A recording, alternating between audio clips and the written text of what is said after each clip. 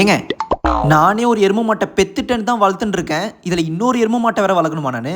ஹே mental மாம், நீ இவனுக்கு சாப்பாடு மட்டும் போடு, மற்றதெல்லாம் நானே பார்த்துக்கிறேன். ஏண்டி அதான் அவந்திக்காவே பார்த்துக்கிறேன்னு சொல்கிறாள். அவளுக்கு வளர்க்க தெரியும், வளர்த்துக்க போறா.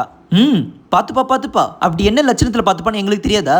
நீங்கள் என்னங்க எனக்கு சொல்லி கொடுத்துட்டு இருக்கீங்க? அதான் அவந்திகா பார்த்துக்கிறேன்னு சொல்கிறாள். அவளுக்கு வளர்க்க தெரியும், வளர்த்துக்க போறா.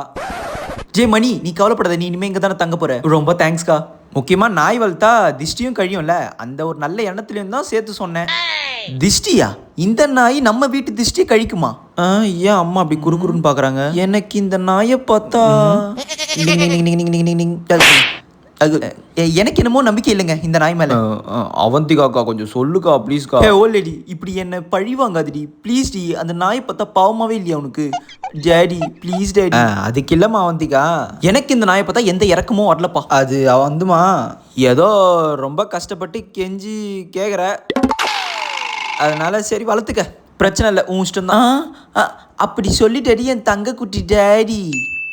என்னங்க நீங்க இப்படி எல்லாம் முடிவெடுக்கிறீங்க? நான் எதாண்டி வளர்க்க போறா விடு. Thanks daddy. டே மணி, இனிமே நீயும் எங்க ஃபேமிலியில ஒரு மெம்பர் ஆயிட்டடா. அப்ப நான் வீட்டில் எங்க வேணா இப்ப சுத்தி பார்க்கலாமா? வாடா, நான் சுத்தி காட்டுறேன். எங்க அவ போனோடனே அவ பின்னாடி எப்படி போகுது பாத்தீங்களா? என்னத்தை தான் நான் சொல்லுவேன், எனக்கு இந்த வீட்டில் எங்க மரியாதை இருக்குது? யார் வேணாலும் எதை வேணாலும் எடுத்துட்டு வரலாம்ல. நான் அவங்களுக்கு ஆக்கி கொட்டிட்டு இருக்கணும் அதானே? ஏதோ பண்ணுங்க, ஆனா சோத்துக்கு எங்கிட்ட தானே வரணும். அப்ப பாத்துக்கிறேன்.